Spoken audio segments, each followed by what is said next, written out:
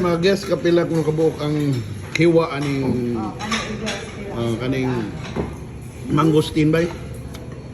So kani ako ning tagnaon.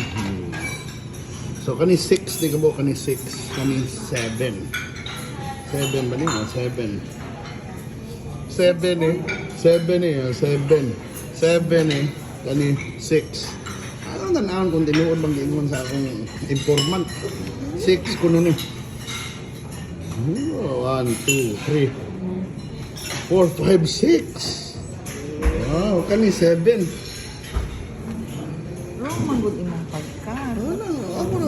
Ang pag ano Oh, mo. 1, 2, 3, 4, 5, 6, 7. Wow, kuya, oy. Oh, kana pila, kontag na, ako hindi na. Pila ni Bilan ni. Kani 6 ni, kanina nga. 6 na.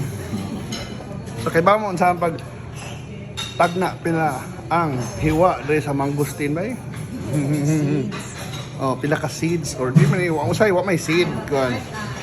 Tagna ka. Ang imo ko nang tanawon bay, kanni ko na bay. Wow, 6 lagi 6. Oh, tanawa. Ana, ang imo ko nang tanawon kanni bay, kanni mo buwak-buwak ko sa iyo. Alright. Ana ha?